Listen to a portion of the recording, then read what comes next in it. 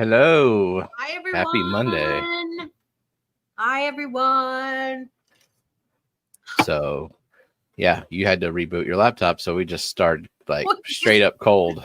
Well, I know. Usually we chat for a couple minutes beforehand, but yeah, my computer just crashed. So I've had a lot of technical difficulties recently because on Saturday, so we always go out to breakfast on Saturday, or well, brunch actually. And we got in Jake's car and the battery was dead. And we're like, oh, okay. And it said it's time, it needs a new battery. Okay. So we got into my truck and Jake goes to start it and it won't start. I'm like, what? What are you doing wrong? Like, what are you doing? The only time we had that happen to us is right after the flood in 2016. Both of our batteries were dead. That makes sense. That makes sense. This doesn't make sense, though. I guess it was a little cooler at night, but not that cold. It didn't freeze. So it was just bad luck. And so, yeah, we had a wall charger. We charged Jake's battery, and then we drove and got a new battery for that. Then we came back and we jumped the truck and we got a new battery for that, and blah, blah, blah, blah, blah, blah, blah, blah. That's how you spend over $800 in a day.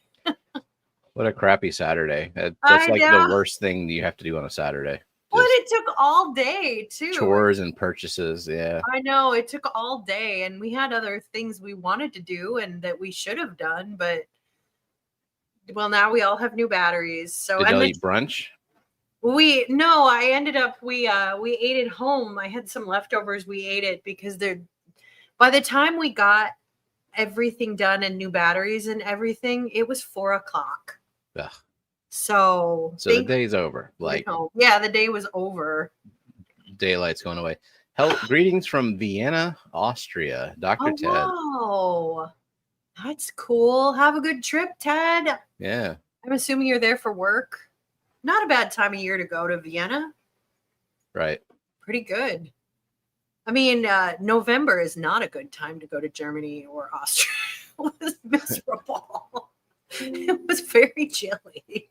So Magnus, today I spent 2 hours repairing a triple fan aquarium cooler. It saved me $20 for a new unit, and it was a lot of fun.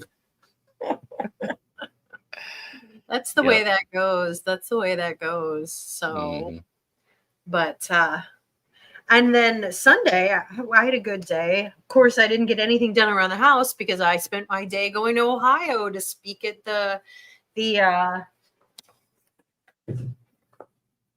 Northwest Ohio Aquarium Society. Yeah, it's a nice little tote they gave you, though. They did. Well, they made me a member of their club. They make their speakers a members, so I'm a member of that club now. Sweet. And they had T-shirts too if I'd wanted a T-shirt, but I'm kind of more into bags than T-shirts for swag. So they gave me that, and they were super nice. They had a ton of people at their meeting. They probably had somewhere between 50 and 75 people there, I would say. Oh, cool. Yeah, and they're a newer club. They're 5 years old, but like they are doing it right. And they have a pretty thriving BAP program. I don't know if they have a HAP program. I didn't see any of that. They were talking about BAP, but they also have a thing where every spring you can get a tub kit. Like it has like a plastic tub and I don't know, the stuff for it. Like and they provide them? I think you have to pay a certain amount for it, but it's a contest, like what fish you can breed for it. So like that a was pretty tubbing cool. BAP. Okay. Yeah, so that was cool. I mean, it would never even occur to me that tubs should be used for breeding fish, but I guess they are very frequently and prolifically. I mean, but it's so funny to me that people think of their tubs as mostly for breeding fish, and I don't at all. I definitely want I want both the fish and the plants, but yeah, I think people who do the tubbing outside, they have a few plants, but I think it's mostly about let's see if these fish can reproduce this summer. So they actually asked me if I would come back. Maybe I could talk about tub plants because I said I'm not really a fish breeder, but I can give a talk on making your tubs look awesome. And then I can recommend the book they buy. And that would be the muck tub, swamp tub handbook. Gotta do it on easy mode. That's right. Thing will breed, and but the sun will crack the plastic tub, but you know. They have a very nice club, lots of nice people, and it's not that far from my house. It's just under 2 hours for us to get there. So it's not cool. bad. But cool people, some people from my club, the new club in Fort Wayne, actually were there too. So maybe there's some people lurking in the live stream who were there, and thank you for coming. Welcome to our channel. Lurkers. Yeah, because I told them about Wet Your Plants at it. And actually that's where so they're like, oh, we've got to get Stephen to come to our club. And I'm like, well, one, he's in Louisiana. And they're like, oh, I thought he was local. And I'm like, and two, I think he'd rather die. I mean, very shy. I do suddenly have a lot more free time on my hands. Well, this is true. Yeah. I mean, our club is new, though. They can't afford to fly you from Louisiana. But they're like, well, but maybe we'll do a live stream or something for it. Have you both do it. I'm like, well, that's not a bad idea because our club meets at this time. Yeah. So I'm like, yeah, maybe we could do that. So maybe we'll do Wet Your Plants, partially live from Fort Wayne. Because I could be live there and you could be online, and then the chat could participate, and that'd be fun. Visit the Tropical Fish Co. Yeah, the other thing is like I have a lot of free time, but you're gonna have to like pay for my airfare. Yes, and that's what sucks about not having a job, because I have been unemployed before, and it's like all of a sudden it's the only time you ever get any free time. But my mind is completely on like must find job. Yeah, you're stressed out. You're terrified to spend any money. You feel guilty when you do things other than looking for jobs, when realistically you can only look for jobs so long every day, because you shouldn't be wasting your time applying for jobs like an electrical engineering job. You should not apply for that. You're not qualified. You will never get hired. Well, I mean, even the positions that are hiring someone like me, I like this time I'm a little bit more picky. Like I've only applied to one place, and I did that last night after spending like a week like tailoring the crap out of my resume. And that's what writing a really good do. And I do that too. And the other thing is I reach out to any recruiter I know. And I just say like, hey, I'm looking right now. Here's my resume. If you think you have anything that might suit me, give me a call. That's a good thing to do. But there's only so many hours a day you can look for a job, but you feel guilty when you're not looking for a job, and you're stressed out about spending money, and it sucks. It sucks because like, wouldn't it be great if you could just enjoy this time for once? Maybe like you could work on your tanks, or you could edit videos, or I don't know. But yeah, it sucks. It just sucks. Yeah, I'm even behind on like some water changes just because like, that's where my mind has been. And then of course, since I don't have a wake up time, my brain went to what my ideal hours are to be awake. And so very quickly I slipped to like 7 a.m. bedtimes. Like that's how easy it is. Yeah, when I'm unemployed, I'm like, I'm sleeping till 11 o'clock every morning. I mean, because I don't want to wake up at 8 o'clock either. Like, I'm not a super morning. I'm not as nocturnal as you are, but I am not a morning person. So I bet Sweden is a nice place to live. Yes, Sweden is a nice place to live. It's about to be a very dark place, because winter's coming.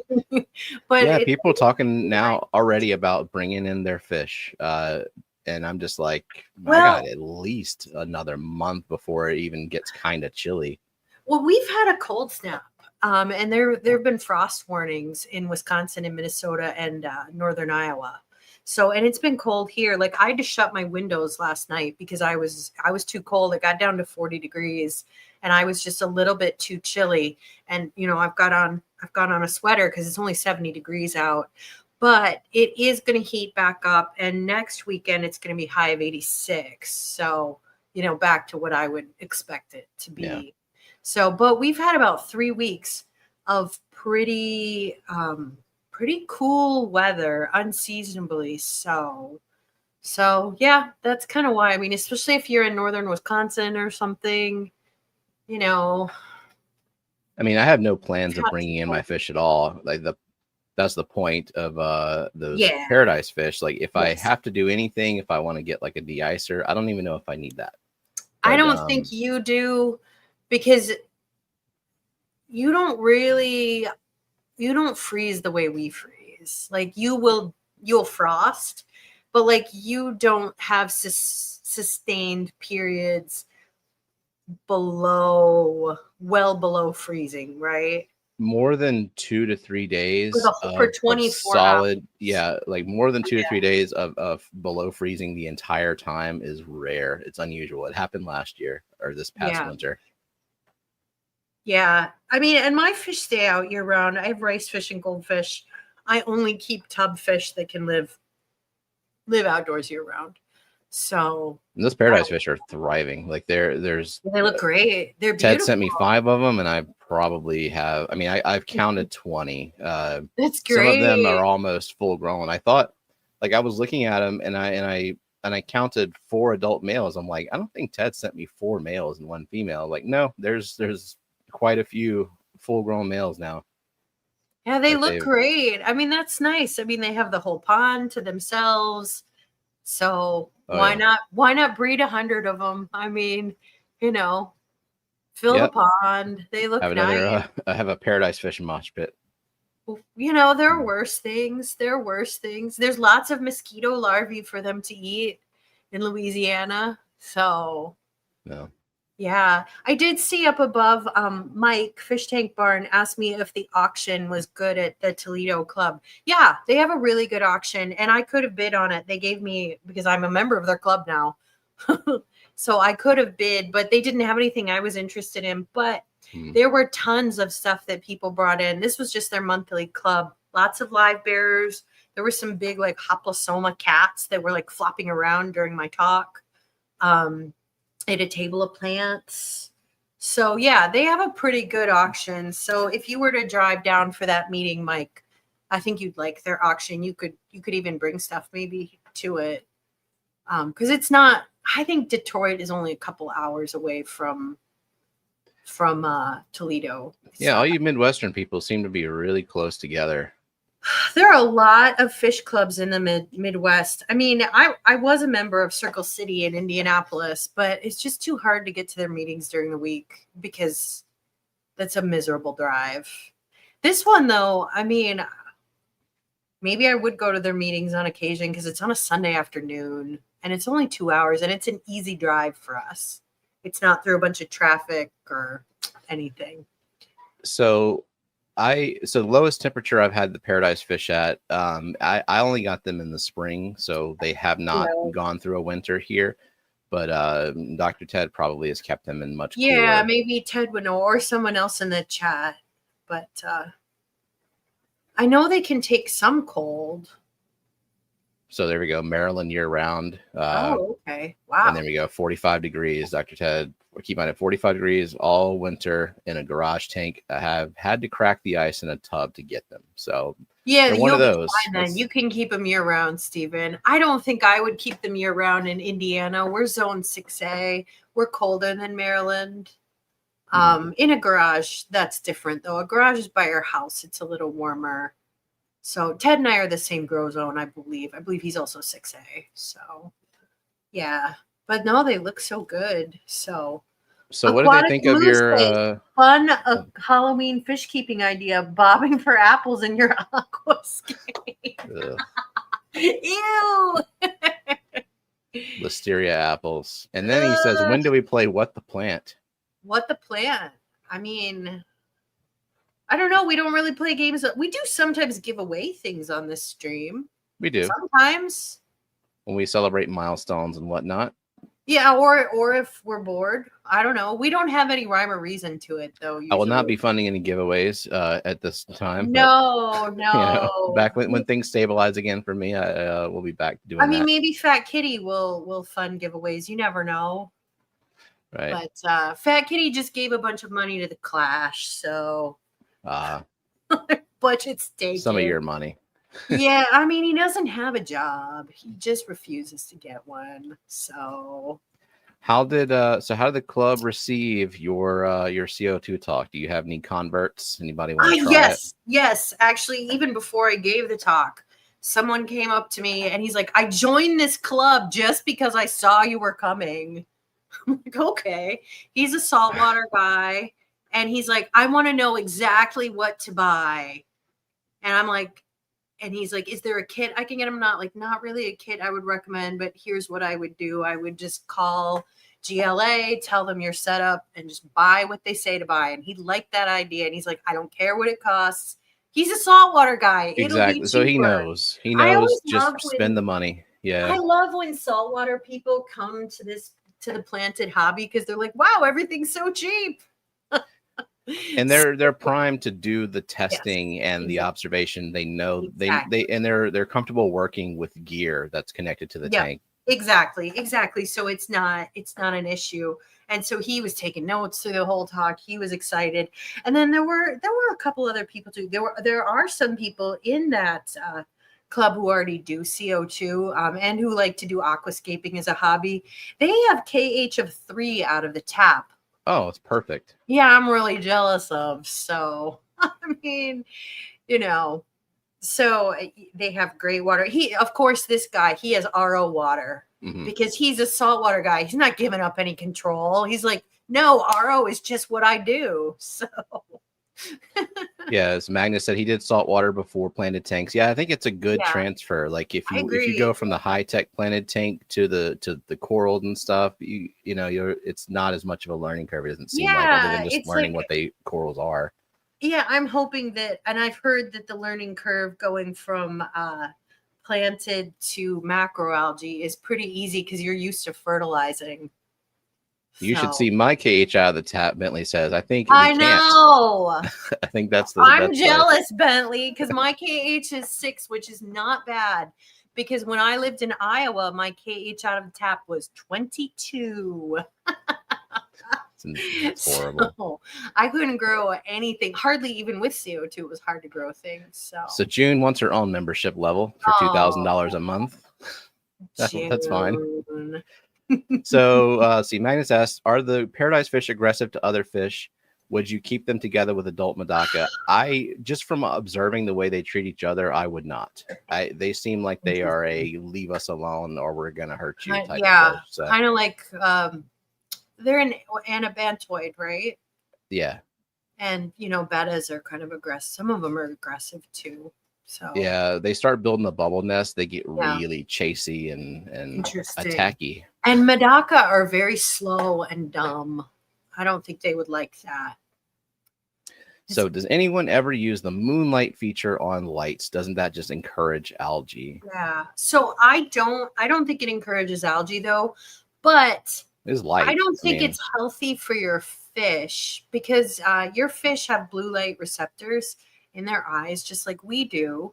And we know from a lot of research on mammals and humans that blue light isn't good for our brains. So, I know that from just being on my damn phone at 2 o'clock in the morning. It's not good for your brain. And I know for iPhones, and I'm sure other phones too, they actually shift the color a little bit. You can have, I have I forgot what it's called. It's a different thing on every device, but essentially it desaturates the blue and it's more like a warmer color. And mine iPhones automatically do that unless you shut it off. Right. So, and that helps somewhat, but there's no good reason to use the moonlight, in my opinion, for your fish. Fish need a bedtime. They need to rest. They need to sleep. It's important for them to have that. And the moon is not blue. Like the light reflected off the moon is not blue. It's not natural. So I know that Foxy and Peplin, they use a green light at night, and it doesn't seem to cause problems either, and allows them to observe what their fish are doing at night. Yeah. I don't know if the color matters or not. I just figure anything that's excess light is going to encourage algae, even if it's just a little bit. I don't know if it's like a thing that's going to tip the scale towards like an algae explosion. I mean, plants don't really use green light. So that helps. I mean, they can use a little bit through accessory pigments, but not as much. I mean, if you need to have lights on to work with something or to observe your fish, it's okay to turn them on and then turn them off maybe, but I wouldn't use a blue light every single night. I don't think that's Yeah, I mean, plants and animals, they need that cycle. Yeah.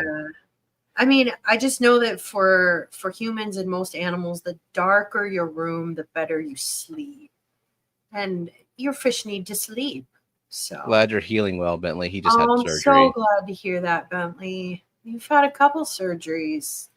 And your wife has too. I'm glad to hear that. And make sure you rest and recover.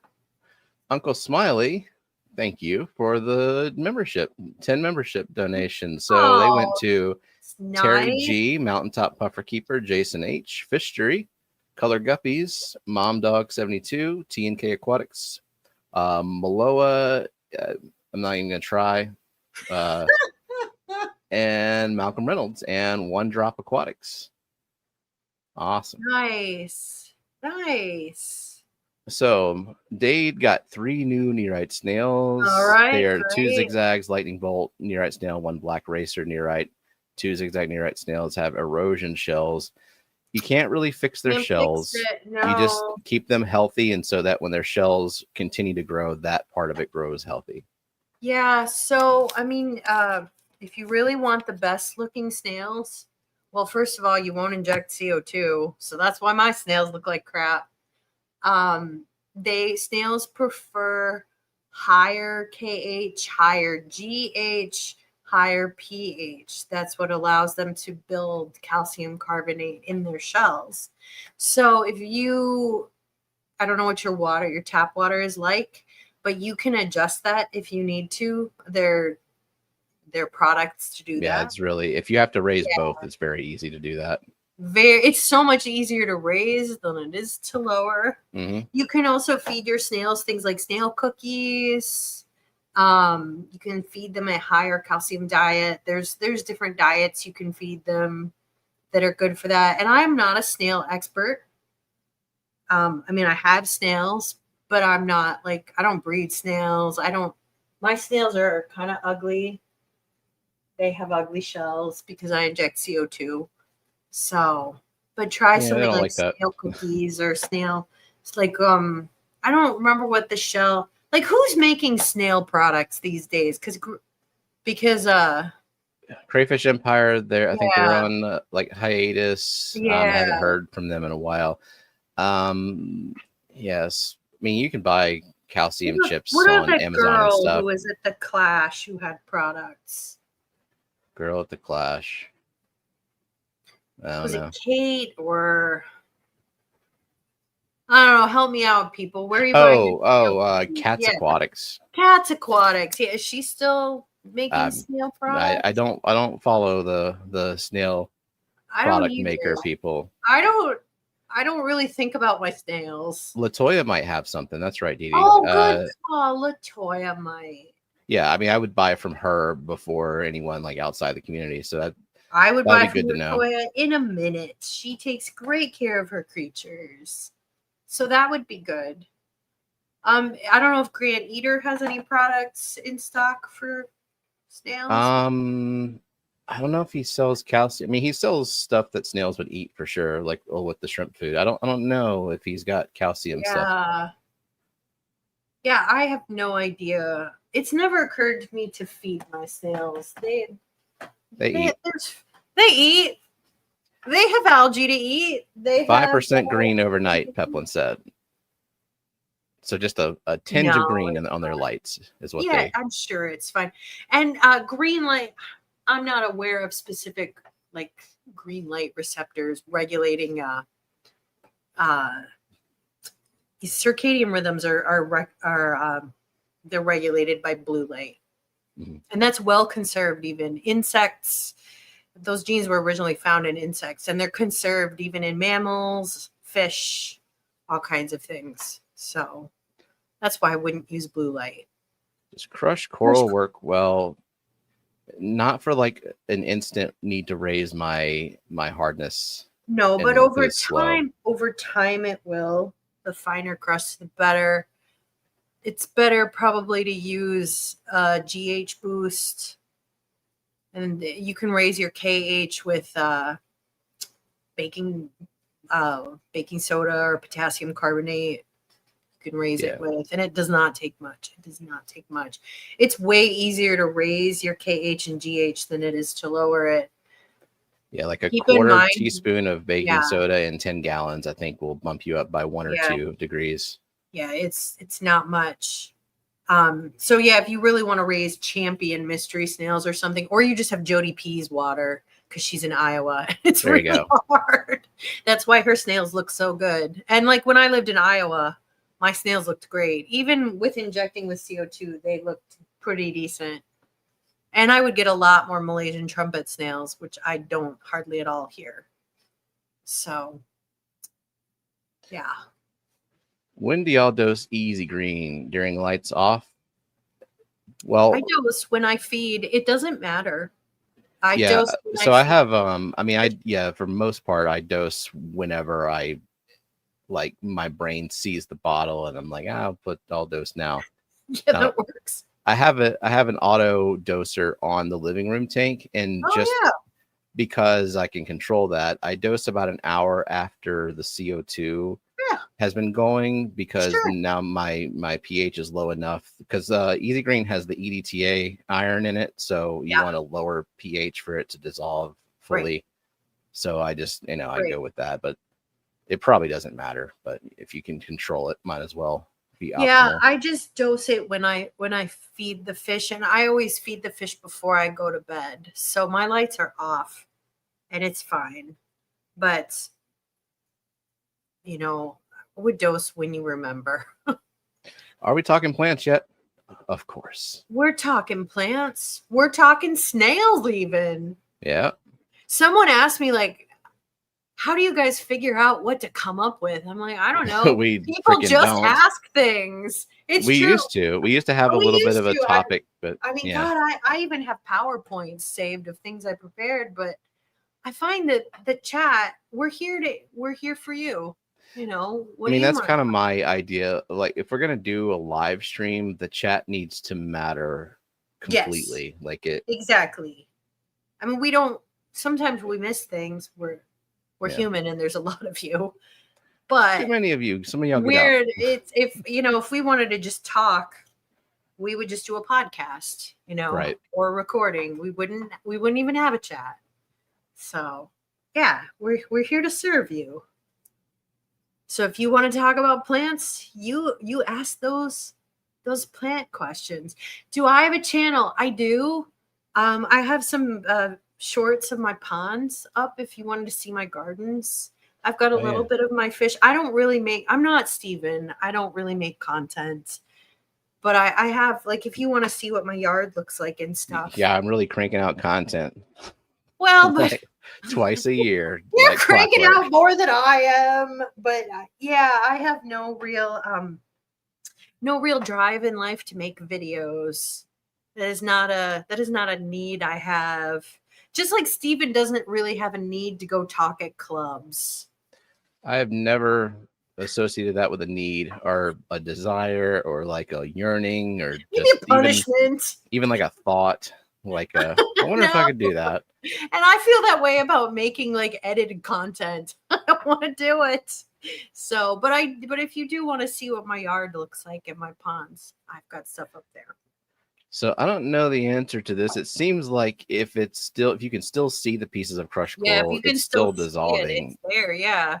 It's more so that like the higher your pH goes, the slower it's going to dissolve. So you might still have some residuals in there, which, if you have crushed coral in there and you haven't like bottomed out your KH is 0 if you don't want it to, then you're good. Like it's a buffer. It doesn't need to be ever present as long as you've got something that's sort of preventing the pH swings, I guess. Crushed coral is never a product I would use. Like, let's say I took on RO as a lifestyle. And I would want to add some GH. I would use a GH boost, which is cheap, easy to use, and you just do it when you water change. Yeah, plus the sulfates from the GH boost are also something that plants can use. Plants do need that. And I would not raise my cage one bit because I would be so happy to have no cage. I would be so happy. Be like, this is what I paid for RO for. And thank you, Dee Dee, for dropping my link. Thank you. So make sure note to self, bobbing for dumplings at the clash. I love dumplings. Scotty's got to try a dumpling somehow. He's never tried it. Oh, it's gonna rock his world. I don't, or maybe not. I don't know. Scotty's picky. You never know. Where are we going to find a good quality dumpling in Morgantown? God, I just don't know. Can we get it at the smorgasbord? I was hoping we would get like an Asian food truck that would have dumplings. How great would that be? Oh, we do have like an Asian fusion food truck. I forgot about that. Have dumplings. Yeah. I'm really excited about all these new food trucks. Jake is excited too because very little excites him at the Clash. I mean, he wants to see some of his friends, and he's excited about maybe some food trucks. I mean, it'll be a good. Be better than having to drive for every meal, or your other choice is like the same hotel food, or walking to McDonald's. I can eat McDonald's that restaurant that's across the street that's kind of not super great. I don't even. Is that the windmill? Yeah. Every time I think about that, I'm reminded of like someone else's. Yeah, everyone's had a horror story, so the reviews are like they should. The windmill. It's the one that's like right across the street from the Clash. It's an older building. I've eaten there a couple times. It's fine. Then there's Shady Maples, which it has its charm. I mean, Jake just really likes a buffet. The purpose of food at the Clash is so you can keep going, just to put the calories in your body and continue. But having some better food at the Clash would be nice for Jake because, I mean, let's face it, he's doing this for me. Does Jake like barbecue? Yeah, Jake likes barbecue. If there's a barbecue joint, he likes barbecue. We could do that. Sure. We'll try that, Ted. Let's do it. I mean, This will be the culinary adventure. I mean, you're a Southerner, Stephen. Do you really want Morgantown barbecue? Is Morgantown known for its... To say that I tried it. I'll be polite. I'm not a huge barbecue eater. I eat barbecue, but I am not a giant carnivore. So I eat meat, but I can't be very excited about a ton of meat. So I can be very excited. Yeah. Well, you also come from a little bit more of barbecue country. A pile of meat and a slice of good bread. That's all the food groups. Yeah, and I would just have the slice of good bread. I'm very excited about toast. So I mean, I do eat meat. I'm not a vegetarian. I don't really eat meat Monday through Friday. So all right, JP Jeffries setting up an RO unit for the first time, converting a 20 high to 50% tap, 50% RO. How slowly do I need to change the water? Stephen, you can answer that. I mean, I don't know how slowly you need to. I can just tell you that I did this on a rainbow tank, a 40 breeder without issue. But those, what's in there? Rainbows, an angelfish, some zebra loaches, some coolie loaches, some Aeneas quarries. It's a very well stocked tank.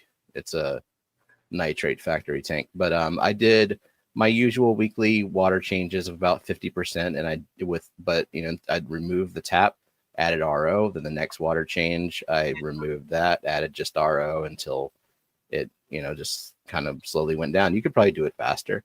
And fish are really adaptable. Fish are really adaptable, and plants are really adaptable too. They see changes in the wild when it rains. You know, if you have big rainstorms, they see changes like that in the wild.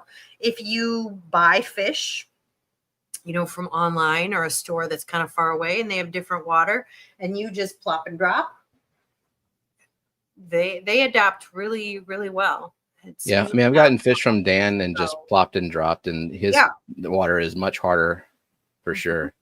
Yeah, and early times before the warehouse, and I would buy from Dan. He had really, really soft water. So a pH of 1, I think, at that time, and I would just plop and drop, and it would also be just fine. So, So, what type of fish likes more harder water, like higher pH, GH in their aquariums? African cichlids really that's the really rock hard water, because I'm from Iowa.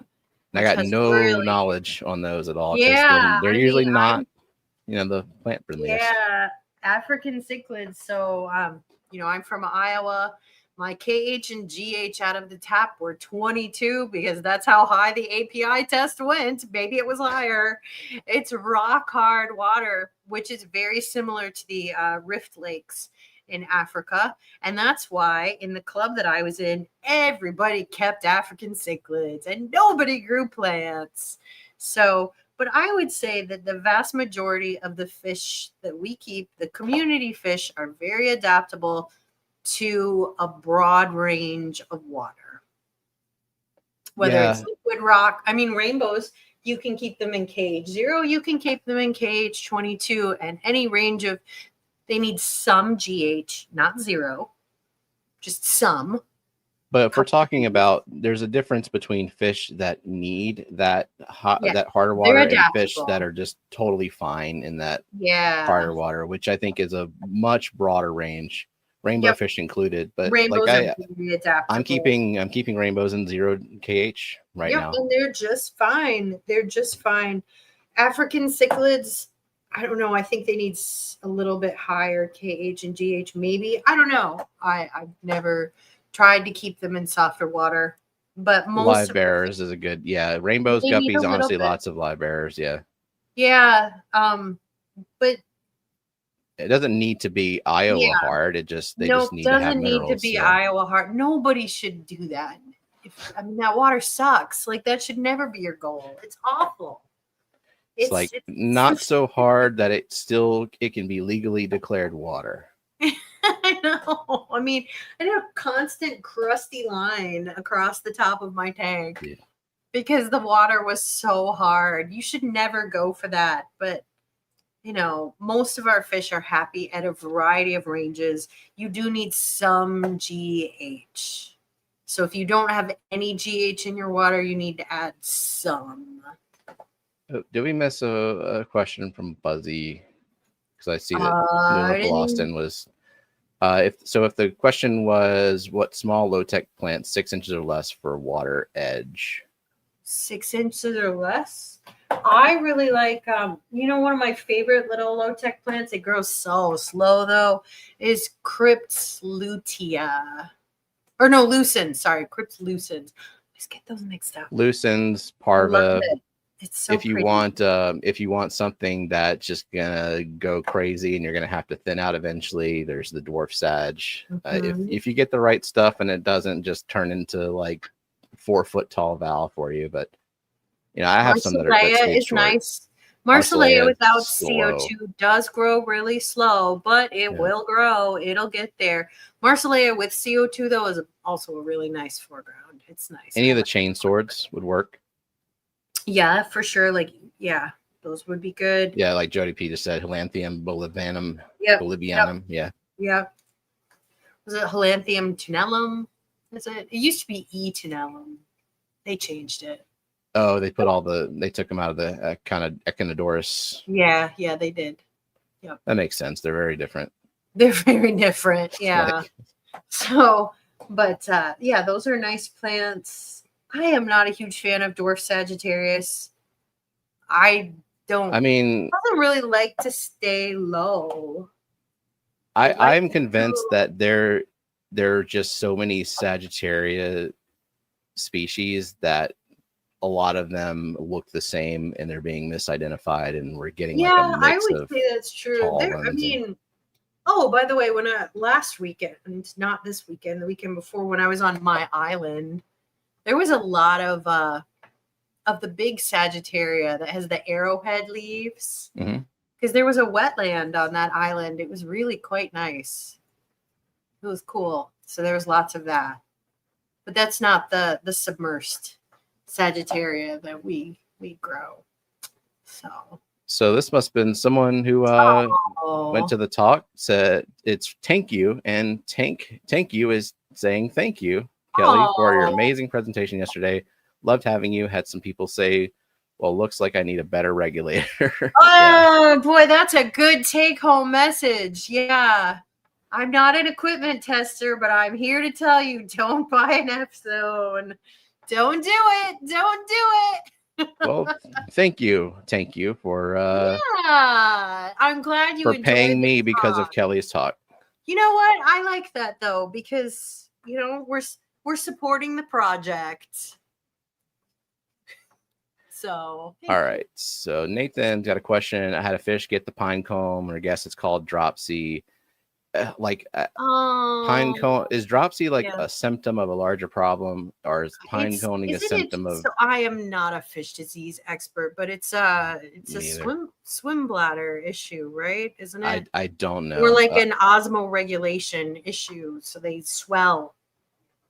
The only thing that I know is like regulate their osmolarity. I've had a few fish pine cone, and in fact, I think mostly bettas, and once they reach that point, there's no saving them. At least I haven't been successful. I've tried a lot of things. I've never had a fish with dropsy, but it is an osmoregulation issue because the fish needs to work. It's not a pathogen that he needs to do anything with the tank to sterilize it. I think it's more of just like a health issue with the fish itself. Yeah, because so freshwater fish want to have a greater concentration of solutes in their cells than is in the water. And so, but what happens is, nature wants to have balance, okay? And so water will flow into the fish naturally to create equilibrium across the membrane. So you have the same concentration of solute on one side as the water. So the fish has to actually work to create more solutes in the fish than in the water. And when you have so they're constantly peeing. Yeah, they're constantly more diffusing water out of their body. Yeah. So, but when you have a problem with osmoregulation, water will flow into the fish and it will swell. Now, saltwater fish, it's the exact opposite. They want to have lower salt concentration inside their cells than are in the water. And so they're actually working to exclude ions, pump them out. So they're constantly drinking as opposed to peeing. So let's see. Could the fact that I cannot grow Java fern relate to the other fact that I can't keep Neocaridina shrimp alive? Probably not. Seems to be separate, like almost opposite problems. Pretty separate. In my experience, you can keep Java fern without CO2. But if you want your Java fern to look like these, you really just need CO2. I mean, Java fern won't die and it'll maybe grow slowly, but it'll be an algae magnet and you'll get lots of the little baby plants because they do that when they're more stressed. Mm-hmm. If you want lush, beautiful Java fern, you really do need CO2. It's just the way it goes. Or just low pH water. It will grow slowly. Like I have some Java fern. You just kind of keep it in low light and play the long game with it. And if you transfer it to another tank, you expect to start over. Yeah. But when they talk about Java fern as an easy plant, what they mean is it's a low light plant. But I don't think Java fern is easy without CO2.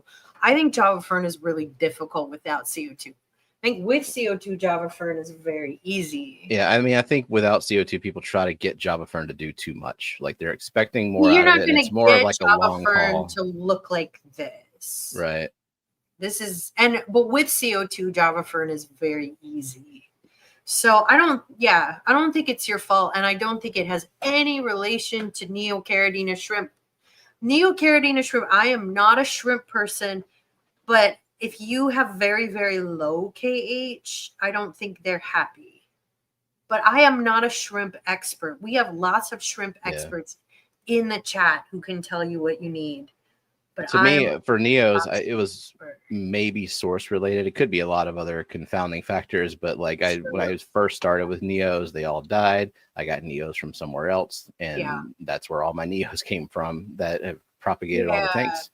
So I just know Neos are the tap water shrimp. So usually you can make them work in most conditions if you give them a little bit of minerals. They don't have to have that exact the 0 kh, the 5 pH or whatever ridiculous thing those Caradinas need. I think that Neos also, they need a really established tank. So for instance, I had a pretty thriving Neo colony growing, and someone local to me, they had exact same water. They lived 2 miles away. I gave them some shrimp and they put them in a tank that was not very cycled, and they all died. So they I think that like maybe waiting at least through 3-6 months is good for shrimp. They like the build up the alflux to graze on, the biofilms to graze on. So Ted says, I fill their holding tank with 100% or 100%. So he was talking about not recommending that you plop and drop when you're bringing your fish inside from a tub, which I would agree with. There's a well, it's also a temperature issue. There's a lot going on. It can be, if you bring your fish in October, it can be very cold. It can be very cold, and that's a big shock for them.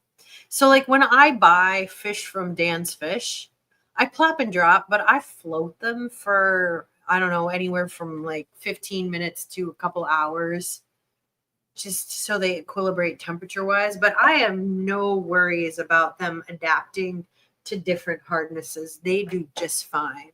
But temperatures are a different issue. If you buy fish from a fish store, they're pretty close to the same temperature you keep your tank at. But 50-degree water, fish have to undergo pretty big metabolic changes to deal with cold. Like they go through torpor. So they stop eating and their metabolism changes and to prepare for winter. And that's why coming out of torpor also is a big metabolic change for them. You don't want to feed your fish right away in the spring. Like if you have koi or something, if the water's still cold and they're still kind of waking up and they're really like sluggish, because they're not metabolically ready for that. So that's more of a temperature issue than a water issue. Eric, member for 42 months, plants. Oh, yay, Eric. I can't wait to see you. I'm so excited. And then he gifted 10 memberships. Oh, that's nice. Which went to Eric. Caesar Ugartemindia, CR Fish Cheryl Smith, Home World Habitat, Plain Fish Guy, Green Hen, Blaze Thompson, Eric Nichols, William Bolin, Aquatic Fanatics UK, the Wolf of Wallstad, Greg, and Why Are We Always Yelling? I recognize 2 of those names. Thank you. I recognize Eric. a few in there. Well, are you ready, Eric, to officiate? I know, I'm excited about this. Eric the Efficient. Why not? Are you going to be able to get through this, Eric, without crying?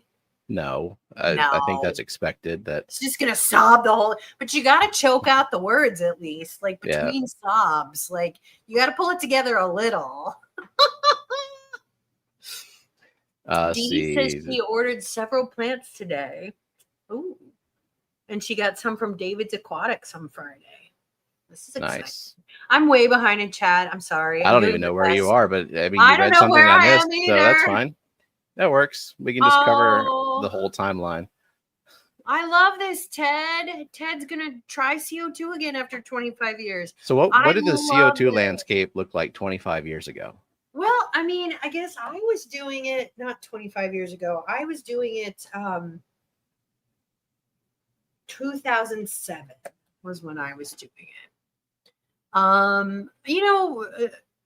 Home built regulators were popular then, and they were really great. when were the what do they call them, the Duplo systems popular? Was that 90s? That was before my time, so that would have been maybe maybe right around 25 years ago. So maybe it wasn't super different. Like if there were still commercial CO2 regulators that worked. But I know the best regulators like you would get were ones that people would buy and they would get a good needle valve or make homemade ones with a good needle valve. And like if you live next to a home brewing store, you could get the parts for it pretty easily and built it. I couldn't build it because I don't have any talent. Build a regulator. Okay. Well, I think you could probably figure it out. But the thing is, it's not like your GLAs are doing something or not doing something that a custom built regulator would do. GLA has been around since at least 10 years. I think like 12 years or 13 years. So, yeah. Let's see. Barbara, you didn't have to super chat your question. We already answered it, but thank you. That's so nice of you. So Joe Hanny asks, are there any winter flowering pond plants? No, I don't think so. The earliest pond plant I'm aware of that will flower, one of the first ones, marsh marigold. It's a very early spring bloomer. But just think about it. Like if you live in the Great White North, like I do you see anything blooming? No, because so the purpose of flowers are to attract pollinators and there's no bugs out. So no, I mean, maybe where Stephen lives, there are flowers blooming, but not where I live in the winter. So, I mean, those cannas, they will bloom for a long time. But in January? Nah, probably not. Oh, I should have taken a picture.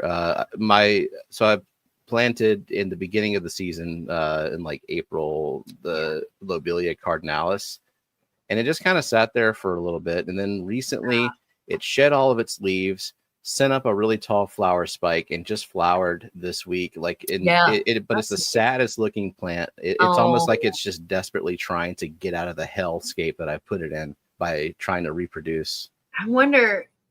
So which pond is that in? It's in the shade pond. It's in the 600. It's probably just not getting enough light. I'm surprised it bloomed. I've grown that plant before and it did really well in full sun. It likes sun. And that's native to not where you live though. It's not quite, its range doesn't go quite that far south. But where I live, it's native. And that island I went on, my island, I saw Lobelia cardinalis blooming. So that was really sweet. Cool. And that swamp, that was a really nice habitat. So it's apparently one of only 3 remaining wetlands on Lake Erie is on my island. So that was cool. Nice. It was a nice place to go. So yeah, Mexicali said my Java fern will thrive in the winter, but dies in the higher water temp of the summer. So he has that harder water, and then it gets really hot, and so like all the plants don't like to be even hot. Less dissolved CO2 available. Yeah, they would like to be cooler. I mean, not freezing, but yeah, plants would like to be around 70 degrees.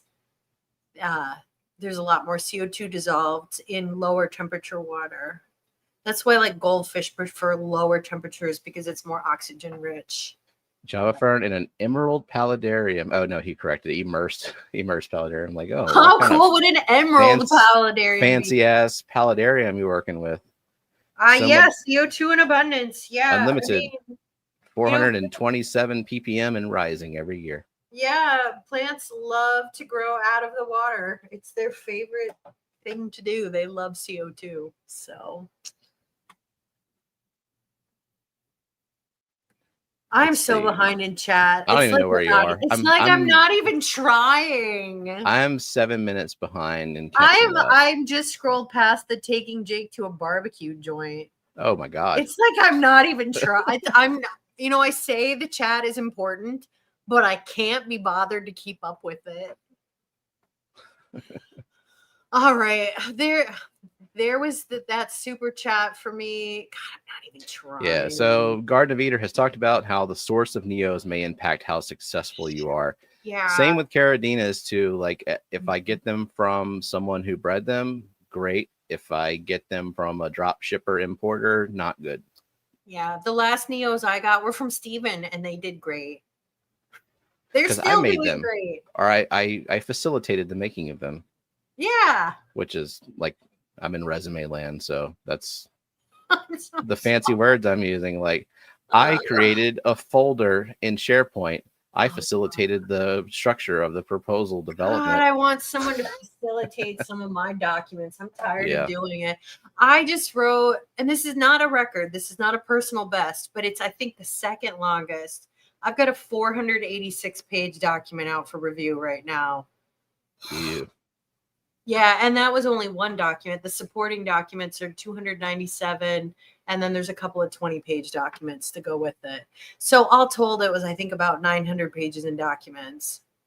It took 6 weeks, and they are so shitty, but it's not my fault. Run them through ChatGPT. Well, no, there's no data. I can't make up data. I just, that's that. So. Kelley brings up a good point. Even when I keep my rice fish, white clouds, and paradise fish in their 45-degree winter garage paludariums, I feed wheat germ food and not every day. Yeah, because the colder the weather, so fish are not warm-blooded like we are. We need to eat more or less the same amount of food year-round. In fact, we need to maybe eat even a tiny bit more in the winter because we're expending energy to raise our body temperature to keep warm in the cold. And there's don't have to tell me twice. Well, there have been some really good studies actually about how you burn more calories wearing an ice vest while you work out. God, that sounds so fucking miserable. I don't want to do that. But, it's a thing you could do. Okay. So, but yeah, it's, there's work to maintain homeostasis of your body. In the summer, it's work for your body to cool down. Sweating it costs energy, but fish don't do that. They just adapt to the temperatures that are around them. And so they are not expending energy to heat up. They just go into torpor. And so they don't need to eat as much. But in the summer, your fish, maybe if your aquariums are a little warmer, a couple degrees, maybe they need to eat a little bit more. Most people overfeed their fish, though. So probably feeding them enough in the summer. I probably overfeed. Fish, I mean, your fish are very large and in charge. Like they're hungry. I mean, I passed by a tank last night and just saw like a swarm of planaria. I'm like, I guess I should probably back off a little bit. Disgusting. Geek Boy says Kelley mentions F Zone and Mike shows up. Oh, hey, Mike. Tell us all about your favorite regulator. What does the F and F Zone stand for? Mike did just buy a flow meter. It's a more precise substitute to bubble counter, so he actually knows how many cc's of CO2 he's pushing through. Well, this is exciting. It's a better direct comparison than a bubble counter, which when I have a job again, I might buy one of those myself just for shits and giggles. Sure. I mean, you like new toys. I'm probably not going to buy one, but you don't measure. You don't like to measure. I like to measure, even if the measurements don't really matter. I mean, there are things I want to spend money on in my hobby, but that's not one of them. I might buy an auto doser, maybe. I don't know. They're a little clunky to set up initially, but it's just pressing the button on a little digital readout unless you buy the Wi-Fi connected ones, which I don't. Yeah, no point. But once you get it set up, it's pretty reliable. You got to calibrate it and all that. I would just be dosing Easy Green. Mm-hmm. It's something I could make Jake set up in like an afternoon. I might do that. It's easy. Like if you ever had an auto feeder, it's kind of the same principle. We just calibrate the auto feeder. I don't mind feeding my fish, and when I go on vacation, my fish are okay not eating. Oh yeah, and you don't breed anything, so you don't have to worry about. Very true. Yeah, I know Geek Boy stresses out because he always has fry hatch out right before he goes on vacation. It's just like clockwork. 25 years ago, we had wooden barrel CO2 canisters. You had to hand pump them. 25 years ago, Ted had to just take a straw and exhale into his tank. And he would tell his kids, time for you to take a shift. make his wife do a shift. Yeah, I bet kids are probably better at pushing that 45 psi through that ceramic diffuser. Boy, that's a way to make your children miserable. That's like how Jake's childhood was. Just endless labor. 2-liter bottles with sugar, water, and yeast, and a ladder diffuser. The Hagen bubble ladder, for sure. I mean, I did that. And of course, at this talk, I had people ask me about DIY CO2 because people always do. And I'm like, you can try it, but I don't know anyone who does it more than 6 months. Way to go, Bentley. Yeah, I mean, my GLA, the one I have right now, it's over 5 years. Yeah. I mean, they're great. I love it. It's very reliable. The only problem I've ever had with it is Jake once knocked it over and snapped the bubble counters off. I did that to my SR Aquaristics. Yeah. So, but I mean, whatever. Our bodies get in the way of things. It's true. I can't be mad at him. He was doing the work for me. So Dade says, I have 4 goldfish there. They're small right now in a 21-gallon green tub that is not good long-term for 4 goldfish. You're getting a 40 breeder for Christmas. That's great for 4 goldfish. That's a good size. Yeah. Yeah, I think that'll be okay for quite a while. For 4 goldfish. Yeah. Great. I love that. And I love my goldfish outside. They're nice fish. I've had them for 9 years.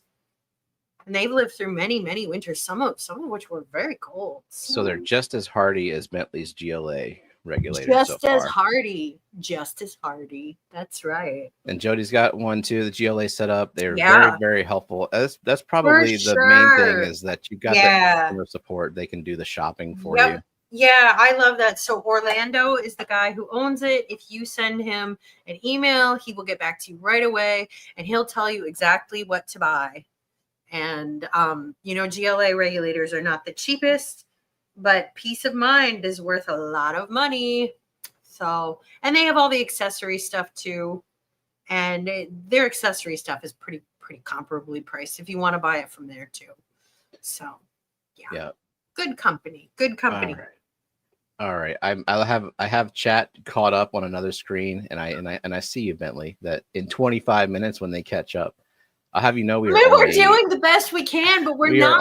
I'm not even 10 minutes behind. Doing the best we can, but I'm not even trying. I'm just randomly scrolling through chat. Fisheries here said, "Hey homies, that's where I'm at right now." So 453. So Fuzzy says, I want to get a fire-bellied toad paludarium. That's cool. And wants to try that basil-leafed plant. Stephen, did you send a basil-leaf plant? That's a Limnophila rugosa. Oh, yeah, aromatica. That is, you can eat it. It tastes good. It's a Japanese. Not aromatica, rugosa. The one that looks like basil. Okay. I don't know if that's edible. Might be. But Limnophila aromatica is, I don't know what the Vietnamese name is for it, but you can find it, the immersed form of it, in Vietnamese markets. It's an herb and it tastes good. It tastes minty. But I don't remember the Vietnamese name. Maybe someone in the chat knows. Hi, Alex. Alex wants to know, what causes the majority of CO2 in nature? Are we talking greenhouse gases, human intervention? Yeah, atmospheric. We're talking about dissolved CO2 in waterways. But like in waterways where naturally high CO2 occurs. So like Lake Wingra in Madison, Wisconsin is one. It's it's microbial respiration from all the decay underground. Yeah. So you have like in Lake Wingra, so it's over natural limestone beds, and you have decaying algae and plant life and rotting things, and that secretes organic acids, which interacts with the, it gets into little cracks and crevices in the limestone, and then you can see it bubbling out. And that's pretty much every limestone aquifer. That's basically the reason the water can get through it, is because it's able to dissolve through that limestone. Like, have you ever seen like Texas Holy Rock. It's got Yeah, all I those was little gonna holes just in say it. the hill country in Texas, which so I've gone aquarium plant hunting in the San Marcos River, which goes through San Antonio. I highly recommend that for my Texas friends. And that's got the 25 to 30 cool. ppm dissolved CO2, Naturally. like that exact level that most people aim for with injection, and right at the source there. You can see it, tons and tons of plants growing. And so in, I mentioned Lake Wingra, which is in Madison, Wisconsin, there are, there's lots of plants in there, and you can see the spring. You can see the water bubbling out of it in the lake, and there's watercress growing by it. Lots of watercress. It's really cool. That's a nice lake. My sister lives right by there.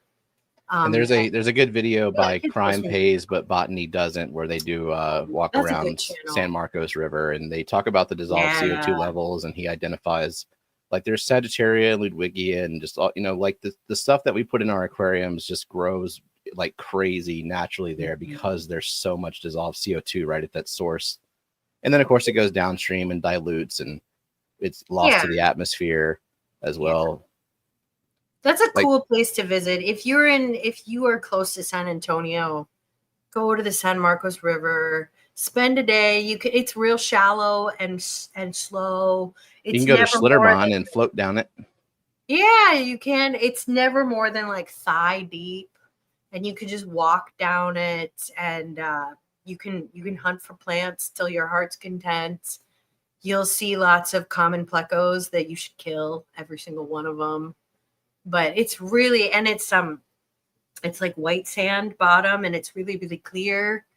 It's really, really pretty. And on a hot day in Texas, it's pretty nice. I was there in over spring break. So in March. It was nice. So I probably can't answer this, Zen, because I don't even have a full year of experience with paradise fish. The highest and lowest temps, I don't think you have to worry about the highest temps, because I'm here to say that like in the hellscape devil's armpit here in Louisiana, and Texas being the same way, and it's getting some direct sun, not a lot. As long as you put it up against some kind of structure, you're not going to get full sun from it. Plus their anabantoids, dissolved oxygen is not as much of an issue. So the low temp, you can always put shade cloth on it if you have to. Like there's 20% shade cloth, 30% shade cloth, 50% shade cloth if you have to, like during the hottest days. Yeah. So, but if they live in Stephen's climate, they'll live in yours, because you guys are, I think, the same grow zone. Maybe Zenny is like 9A. It's 9A, 9B. Like it's in that range. It's just hot as hell, and hot as hell. It's an unpleasant experience to be outside in June, July, August. So humid, yeah. And in terms of your heat doesn't break until like what, November, really? We can get a little bit of a break in October. Usually when I would take the kids trick-or-treating in the end of October, it was t-shirt and shorts weather. Oh my God, that's crazy. But still, growing up in Iowa, Halloween was always cold and rainy and miserable, and we would always want to wear our costumes. But my mom would make us wear winter coats because it was like 40 degrees and rainy. It was so miserable at night. So I can't imagine wearing shorts on Halloween. We would even call it Halloweeny weather because it's just drippy and chilly and miserable. Ritesh, haven't seen you around in a while. Yeah. Welcome. Hey, Ritesh, what's up? Oh, God. Vibe says now a cottage cheese auto doser. That would be legit. I'm 9 minutes behind. Disgusting. What up? To answer the other part of the question for Zen, though, like how long until they overpopulate a smaller pond? They're at the rate that they've reproduced without me doing anything. I guess fish do self-regulate a little bit. Yeah, just quit feeding them so much and your population will be just fine. It's like my goldfish have never overpopulated because I have never fed them. Never. They're breeding like crazy. Yeah. I've had some breed, but not like crazy because I don't feed them. So, I don't think you need to worry about it. Though, Zenny, I feel like you would want to feed your fish though, because you are a nice mom. I'll go out there with like the nano feed and you do feed them sprinkle some. It's fun because the paradise fish are really personable. They're pretty. They're too friendly for their own good being outside, but so far they've been fine. They've been fine, but I like to watch them. They all get curious. They all come up. They have a job to do, and that's to eat mosquitoes. And they must be laser focused on that job. Eat mosquitoes and fertilize the water. They do that too. But really, like, job one is to eat mosquitoes. So Vibe says he has plenty of Texas Holy Rock. I mean, you're from there. So much so I've been using it as yard art. That's great. It's really cool looking. When should I start dosing Easy Green to my new planted tank? Well, I mean, do plants in there? If you're doing water changes, just do it right away. Yeah. I mean, if you have no plants, don't dose it. Yeah, let's put that way. But if you have plants and you want them to grow. But if they're still like in that conversion sad phase, you still want to fertilize them, but you don't want nutrient accumulation because just give them a dose. Yeah. So just water changes are a really important thing in the beginning when you're doing a newly set up for a new tank, it really helps the break-in period. Hi, Shelby. Shelby's here. To see you at the Clash. Look at that. And Candy, long time no see here, is reporting that a damn raccoon ate the water lily. Girl, I feel for you. I too have had. Oh yeah, you had the raccoons and cats. Hard to say who tip over your whole hog. Assholes. Little. Yeah. I mean, as long as the tuber is okay, it'll be just fine. It'll come back, and even if it won't, it'll come back next year. But it sucks. I'm sorry. Damn raccoons. So the only GLA problem that Bentley is having is that the tension in the output dials is a little weak compared to something like CO2 Art's more recent ones. Yeah, I don't know. I've never used a CO2 Art, so I can't say. I have the same sort of nitpick about the SR Aquaristics as the dial is a little loose. So you kind of have to tuck it in the corner. So like your body doesn't change your CO2. Yeah. My only issue with the GLA is that the bubble counter leaks. And I have to use Teflon tape on it, which I have. That is a ridiculous thing that they should have. Out and I've tried to buy rubber washers for it or use a different bubble counter, and I've never found one that fits it. So I just put Teflon tape on it every time, and I have to change the Teflon tape every single time. And if the Teflon tape has a little wrinkle in it, it leaks. So yeah, that's really annoying. And I think that they've addressed that in their newer ones, maybe. But yeah, I hope. But it's really annoying. Candy, did you contact the raccoon's customer service? I bet they have shitty customer service. I bet they do. The raccoons, they don't care. I don't know, Candy, if you found if you put cat food on your porch, they're less interested in your pond because they just want to eat your cat food. And then they'll go fuck up your pond. But then you have the problem of too many fucking cats in your neighborhood, which is really just, it's a problem. It's a problem. Can't really complain to raccoons. They would just say it's a feature, not a bug. They would. All right. I think we're not. I thought we were caught up, but I'm still 10 minutes behind. How many people are in chat tonight? I have no idea. 77. Holy cow. Thanks for coming. Weather. People are getting excited about their tanks again. We love having you all here. Thank you. That's true. Y'all have to come inside again. Haha. I know.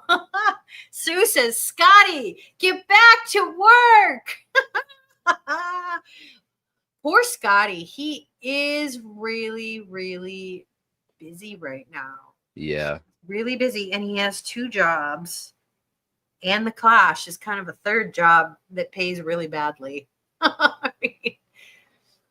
But if you think about it, Jenna has like 14 jobs because she has her job and then she has and only one of them pays her. Yeah, I mean, her children, God, they just take all of her money. Yeah, which is more work? Which is more work? Managing the children or Scotty? She'll have to answer that. It might Jenna? be a toss up. Yeah, Jenna, what are your thoughts? Let us know. So Anne, welcome in, Anne. That's possibly a new name, or I'm just forgetful, but she is a member and she did her undergrad in San Marcos. So great to be a biology major. Awesome. Yeah, we went and visited some friends down there. They were friends I met in grad school, and she did her undergrad at San Marcos State. They were from Texas, but yeah, so pretty down there. But I would not want to live down there because I'm Midwest for life. It's the only life I know. If I can't complain about the Midwest, what can I even do with my life? You can come and complain about the South. Yeah, I mean, it would be a different thing to complain about. What do you do if you live in like San Diego and the weather's perfect and the same every day? You complain about housing prices, I guess. That's what you do. Did I lose you or did you lose me? You went. I don't know. Am I here? Hello? I can hear you. Oh, yep, you're back. Okay, all good. Back. I don't know if it was me or you. I don't know. I didn't lose you. Chat, which one of us was lost? Who was the culprit? Who disappeared? Oh, Bentley has to go back to a meeting. Ugh, lame. Have fun. I had a meeting right before I left, but we were mostly just bitching about work, which is the best kind of meeting, I guess. Oh no, Candy says they ate the tuber too. Candy, I'll send you another one next year. I always divide them in the spring. I'll send you another one. So they dug up the tuber? Ew. That is so lame. Shelby says Aquashella was amazing. Very busy. Probably one of my favorite shows. That's awesome. Good. Which Aquashella was it? Jersey, I believe. Jersey. That's cool. I didn't know they had one there. I think this is the first year they did it. Maybe they did it last year. I know it's new though. It's nice for the East Coast people. I've only been to one Aquashella. I've been to the one in Chicago, and it was nice. It was nice. They had in a really nice place. It was a nice convention center. So. Nice. Yeah. I've been to the Dallas one twice. I mean, it's big. The Dallas Market Hall. Yeah. It's an enjoyable show. Like it's sure. It's different. It's definitely different. I'm not sure profit wise, like from the vendor perspective. I imagine Aquashella has a lot of foot traffic. Not every booth is selling something, so the ones that are probably get more concentrated traffic. I know Scotty was saying it was very crowded. Like he was trying to get to booths. Expensive. Yeah, that you gotta come ready to make some money for sure. Yeah, I mean, I don't think I bought very much at Aquashella, but I was going to buy these fancy pants tweezers, and I didn't have my purse with me. And then when I went to go get my purse, someone had bought them. So mad. They were so nice. So, but probably buy some stuff at the Clash, I guess. I don't know. So Zen says, if I found a spot on my front porch to only get morning sun and I have an extra large heater to put in for the 3 weeks in February, I'm probably good. Yeah, I think for sure. More than set. Yeah. Yeah. I mean, you're going to overthink this to the point where you don't do it for the next 6 years. But I overthought it for a while too, because I wanted a fish that would stay out year round, and like if I was going to do a tub, I had needed to acknowledge that my affinity for outside is very low, and like. But are you going to overthink? Did you overthink it to the level Zenny's going to overthink it? I mean, I said for several years in a row that I would like to do something outdoors, like an outdoor tub, but I just didn't take any action on it. I had no agency in whether I would have a pond or not, because the story of my pond. So before I met Jake, I was online dating. And I met my pond friend, Michael. He had a profile, and he said, I really love ponds. I want a pond. Do you want a pond? And he messaged me. I'm like, oh my God, I really want a pond someday. and it was just a thing to chat about. And we never dated. We would not have been compatible in that way. So we were just friends. But, and then I met Jake, who I am compatible with. But then the next summer, Michael's like, I'm going to come build you a pond.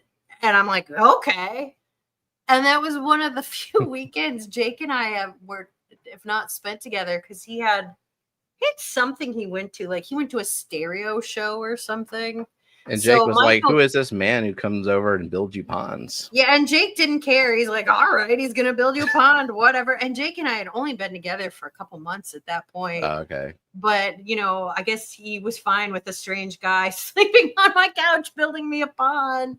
But yeah, Michael built me a pond. And yeah, and I've had it for 9 years, and he passed away a couple years ago. But we actually went up to his house and we expanded his in-ground pond. Jake dug it out for him because his health was poor. So, you know, it's special to me because he built it. But so, yes, I did not have any choice because Michael just felt everyone needed a pond. So he built me one. Sue Harkey says, I'm not responsible for Ted at the Clash this year. So he is unsupervised, unrestrained. Sue, who are we putting in charge of Ted? Like, who are you shucking that responsibility off on? Because it's not going to be me, Sue. A wild Ted.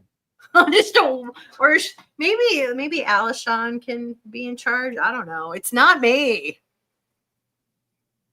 It's not me. MNC Mike said 2 of the plants are doing good, coming around in new growth. That's good. Yeah, it was a bad shipping experience. I didn't think about the Labor Day holiday, and I shipped on Tuesday, and most of them still hot in the arrived South. Tuesday. It's still hot in the South, though. It's been nice up here. So Fuzzy says, thank you, Stephen and Kelley. I'm doing my best with the water changes, and I'll have a low dose of ferts. I only have the plants that Stephen sent me so far. Sounds good to me. Yeah, it sounds good to me. And those will start growing faster for you than if you were buying them from farm or plant flipper, where you got to deal with the immersed growth dieback. Yeah, they're used to underwater life, and soon, I don't know what he sent you, but a lot of those are fast growers. Soon you'll have more of those than you could ever want. So. All right. So we did answer, Nathan. I don't know if you heard, but essentially, like, we don't really know much about, like, maybe whether Shelby's in the chat. Maybe she's Shelby driving now. Oh, well, then don't ask Shelby. Alex is in the chat. Maybe he knows more about. Just the causes of dropsy and whether, like, it's something you need to do, like you need to decontaminate the tank in some way before adding new fish. I don't think you do. Is Foxanne or Brian in the chat? They know more about they were. So yeah, there she is. I've had a few fish diseases, but I just don't feel like that's a topic I'm very knowledgeable about. Same. So Scotty is obviously more work than the children. To be fair, Jenna's children are very self-regulating. They don't require a lot of work. And they don't stand up and demand dumplings.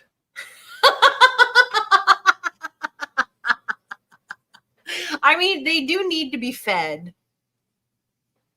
You know, Jenna does cook dinner for her children, but Scotty is very demanding. I see Alex is talking about Adam Ragusi. I watch his channel. He's got a cooking channel and with like 2 million subscribers or something. You didn't see that Alex had him on? I didn't see that. Dude's getting into planted tanks, and he's getting really into planted tanks. Yeah, he's got a cool little greenhouse setup that's really cool. You know, he's doing the whole CO2 injected high tech. I love it, and hopefully, I could understand why maybe he wouldn't want to chat under Adam Ragusi because he's sort of famous. He's got 2 million subscribers, but maybe he has an alternate account name. And if you're lurking, Adam, hi. That's so cool. That's so cool. I have to watch that, Alex. He has a great cooking channel. He makes great content. 2 million subscribers. I mean, wow. Yeah. That's a lot. Quite a feat. But cooking has more universal appeal than aquariums, so you can get everybody likes food. Number. we all gotta eat. So see, I'm just scrolling through for questions. So we're not perpetually behind, because I keep saying I'm catching up, then I'm 10 minutes behind again. It's just, I mean, this is a very active chat. I mean, I guess we weren't here last week. No, we weren't. And I didn't do McStreamy on Friday because we went to the football game to watch Lillian's performance. I guess I never talked about it. I went to my island, Kelley's Island in Lake Erie. I mean, it was my island. I had to go, and it was really nice. All right. Yeah. Elaine wants to know how the Ludwigia tornado from Dustin is doing. Okay, how is it doing? Doing fantastically. However, when I ordered it, I did not check the description well enough. It's the non-twisty kind, which to me means that it's not freaking. It's not tornado. It's just inclinata. Like it's just like but it still requires inclinata. But it still requires highlight and low KH, and I like the way it looks. So I'm growing out. It's growing like it's growing fast, like a Ludwigia. Some of those Ludwigias that require low KH are very pretty, like Cuba. El Cuba is really. I want to get the twisty kind though. Yeah, I feel like that one's going to be more of a pain in the ass, and so I just want to frustrate myself for a little while with it. Pentanal is really pretty, and I've heard they're super easy to grow if you just have low KH, which I do not. So they're as easy to grow as any stem, but well, that's lame. I've only bought from Dustin's once, and I guess only once. There you go. Draw from that conclusion what you will. Yeah, I mean, I've ordered a few. It just depends on the weather, and if I can get, if he sends me like 10 stems and 2 of them are fine, then I'm like, all right, we'll see what I can make out of this. It's a stem, so thrive or die. I got many stems. Try a new one. So we need to discuss a topic. Oh, Scotty has never had Nutella. Are you surprised? I mean, I'm not surprised, but it's like I'm not surprised, but also surprised at the same time. Two things can be true at once. It's shocking yet not shocking. I mean, I think Nutella is disgusting personally. It's like eating hydrogenated vegetable oil and sugar. It's gross. I like the idea of it, but yeah, I like the idea of it too. And I've had like some upscale Nutellas that were like imported from Italy that actually had chocolate and hazelnuts in them that were really good, but actually expensive. Maybe that's the problem with Nutella is that it's not really chocolate, is it? No, and it's hardly any cocoa. It's just a lot of sugar and hydrogenated vegetable oil. It's hardly any hazelnuts. I've made homemade Nutella before, and it was really good. It was really good. But yeah, Nutella is gross. I like cookie butter. Have I had cookie butter? I have not had cookie butter. Do you like Biscoff? The cookies, yeah. I mean, you get those on airplanes. They're okay. I can't eat a lot of cinnamon though. Oh, true. Yeah, it kind of bothers me. So I probably wouldn't eat cookie butter. So I try to eat as little cinnamon as possible, but then like pumpkin bread and apple pies come along and it's difficult. It's wintertime. You're supposed to eat more in winter. You said it. I know. I have trouble with cinnamon. So, Ted says, reminder, 1 hour-ish to how to judge a fish workshop with Ted and Sue coming up later this month. Yes. And I went to the first one. At the Clash or anywhere. Maybe you just want to learn how better to be a judgmental person. That was helpful. I went to the last one. And I learned a lot, which would have been useful the first time I had to judge fish a couple of years ago. Yeah. But now I feel like I'm equipped to be judgmental to There you go. There you go. Vibe asked Nancy B. I love Nutella, but is it healthy? It is not, Vibes. Wait, you were behind me and now you're ahead of me? What the hell? I don't know. I'm not even trying. I'm just randomly scrolling and clicking on things that amuse me. I'm just amused by Scotty never having tried Nutella. But Nutella is gross, though. I mean, certainly don't eat it now. Oh, I made it to the bottom of the chat. I wasn't too far behind. Oh, all right. Wow. Cool. Now y'all can chat. Sue says anyone who doesn't have a pond needs to be subjected to a 2-hour tub talk from Ted.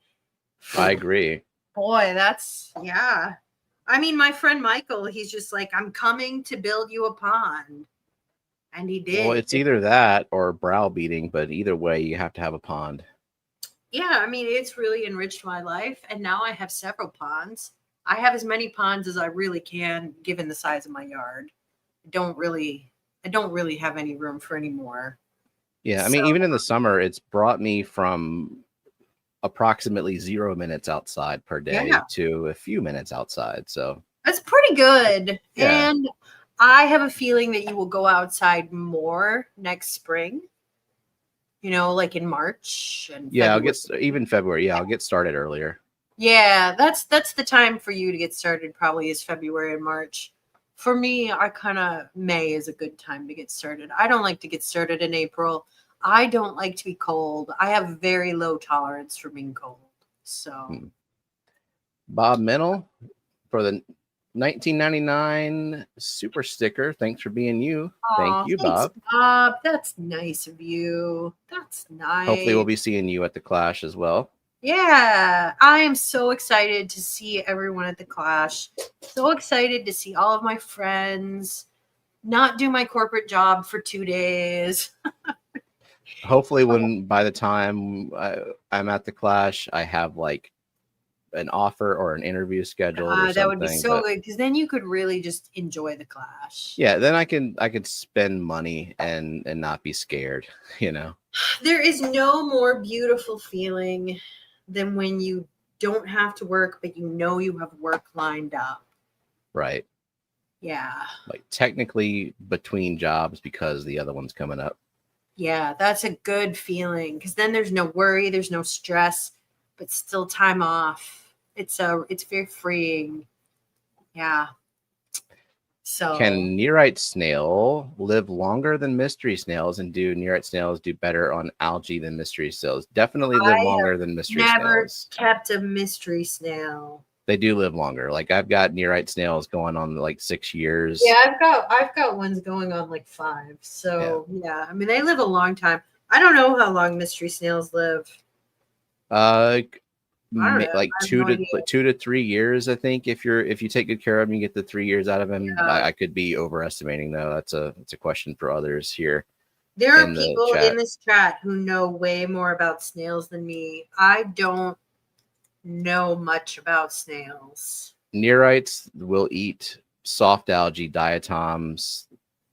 They'll eat a tiny little green spot. They'll eat a tiny little trail on green dust algae. Like they're not going to be your. If you have enough of them, like when I had a lot of Clethon snails, like 60 of them in a tank, they did a really good job of keeping my tank clean. But I don't have that many anymore because some of them have died over the years. The ones I have are pretty big. Like I'm looking at one down there. It's like, the size of a marble. But I don't have as many as I used to. So Dr. Ted with the 1999 super sticker also says, thanks for being you. Thanks for being you, Ted. I want a sticker that says like, thanks for being really fake. Thanks for being someone you're not. I mean, if you're shitty, yeah, like at least pretend. Thanks for pretending to be better around me. Thanks for pretending to not be an asshole. I'm so behind in chat. I'm so behind. You were caught up. I was caught up, and now I'm at 623. Oh well, we're out of practice. It's true. I mean, there's a lot of people here, and you guys are chatting a lot, which we love. Yeah, but. The French Quarter in New Orleans has 400 years of stink floating up in the heat. This year when we come down there, we should go to New Orleans because I've never been. I mean, I think we've exhausted all of the fun things to do around Baton Rouge, so I think it is time that we I think so. Yeah, I think we so. can go to Bourbon Street. We can go to a strip club if you insist. We can go to. We'll take your children to a strip club. I mean, yeah, just tell them look at your tablets. Don't look up. I mean, Jake can like flash his pecs for some beads. I mean, so, there's the Aquarium of the Americas, and yeah, we would like that. We like aquariums, so art museum. There's if you want to see some interesting shit, but also be really, really sad, there is the D-Day Museum. Okay. Well, I mean, it is, learning history is important. So, yeah, we'll see what we have time for, but we got to come visit you. I mean, yeah. So Nathan says, Stephen and Kelley, from what I've read, it's in the kidneys. Thank y'all for your input. Sorry for asking twice. Yes, so that's an osmoregularity issue because your kidneys are what regulate your salt balance in your body. So, yeah, I'm very sorry your fish isn't well. I wish there was more I could do. I mean, maybe it's a kidney injury or kidney infection. Just don't know what to do about that, though. I mean, when you see it pine coning, it's definitely it's too far gone. They just don't come back from it. Yeah. We can take Kelley to get a voodoo doll, or or she can try a hand grenade. Is that an alcoholic drink? I have no. So it has rum, vodka, Everclear. Oh God. And melon liqueur for flavor. I literally have not had a drink of alcohol in over 5 years. It's great for walking around in the heat. I think that drink would have me like knocked over on my feet. I don't drink at all. And Jake has had maybe like 2 drinks in 5 years. So he wouldn't be any better. Yeah, hand grenades are actually really good. Yeah, that's the problem. They don't taste as dangerous as they are. They go down real easy. Yeah. It's Jake and I can't handle alcohol. Oh yeah, so it's the World War II Memorial Museum now, not just D-Day. So they've expanded. I think Jake went to that museum. I think he has been to it when he went to New Orleans for a work conference in like July or something. It's awful. Oh my God. So why did they have it down there? I mean, and it would have been like a fancy like pharma conference. Like they could be anywhere. Why New Orleans in July? I mean, have it in New Orleans in March, or have it in like anywhere else but New Orleans in July. It was so miserable. Oh, Benjamin Peters asks, Dee, does Scotty even cook? Perhaps he doesn't go to grocery stores. He might actually meet someone. He cooks. I've seen him ask for seasoning advice. Well, Jenna has helped him learn to cook, so that's nice. I mean, he has to go to grocery stores because he has to buy food. I mean, unless you're going to restaurants for all your food, you kind of have to grocery shop. And that would be very expensive. Or ordering delivery. The Nutella's on kind of a high shelf. Scotty is not very tall. He hasn't seen. Good. Nutella's gross. It's gross. It's true. It's nasty. And it's terrible for you. Scotty says, Benjamin, I made a kick-ass steak the other day. No.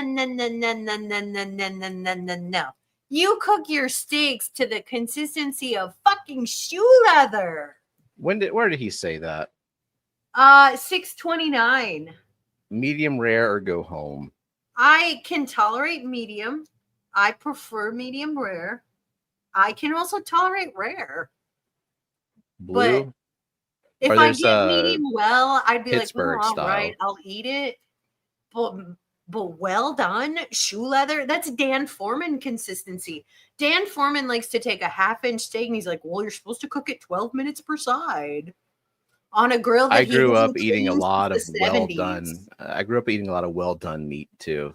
God. And like he would like put meat tenderizer on it. Oh, gotta make it real tender. They would like digest the outside of the steak to the consistency of like slime, and then cook it to like shoe leather consistency on a grill that he had never cleaned, because that's where the flavor comes from. Yummy. I know, but you know what? An excellent dad. Branton says, as long as it's meat, it goes in my mouth. Oh, yeah, we know, Branton. Well, then. No comments. Ted says, thanks for being the reason I'm on medication.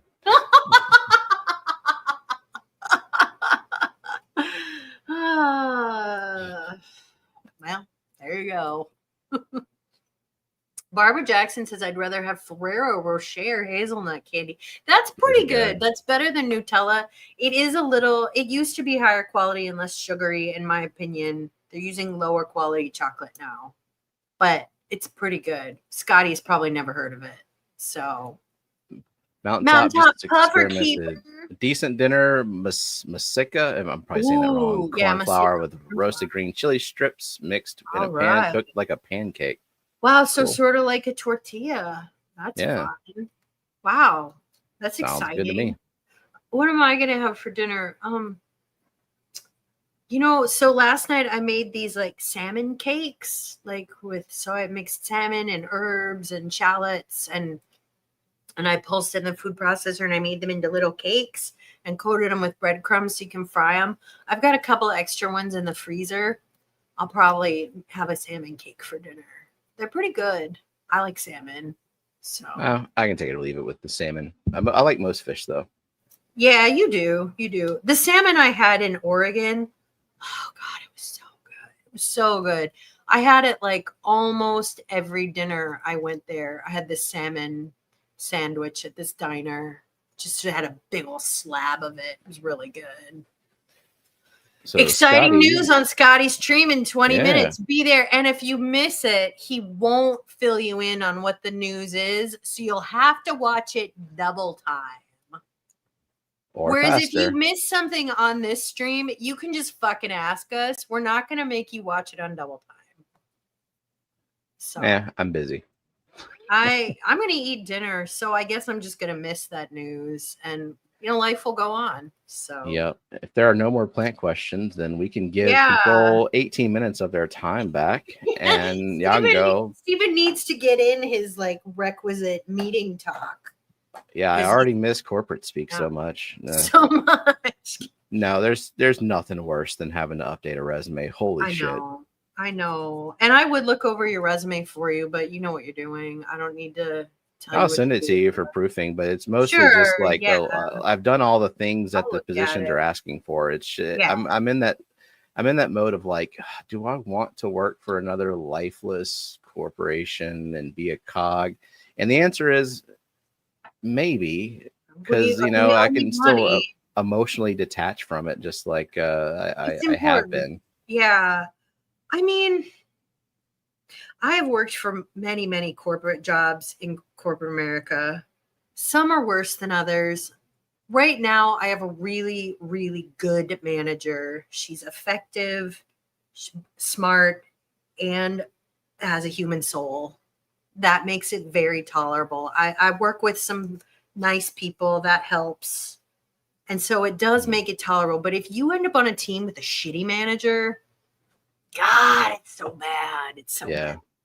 So, but Jake points out that since you can do project management, you could kind of go anywhere. Yeah, it's transferable. A lot of them say they want some experience in the industry, and so I've kind of like stuck with IT. But I can be convincing enough to say like, yeah, there's that much overlap. They all kind of use the same process. Right. I mean, like you could even project manage in pharma. It's a little different though. I saw some pharma jobs and they seem to want someone who knows some stuff about it.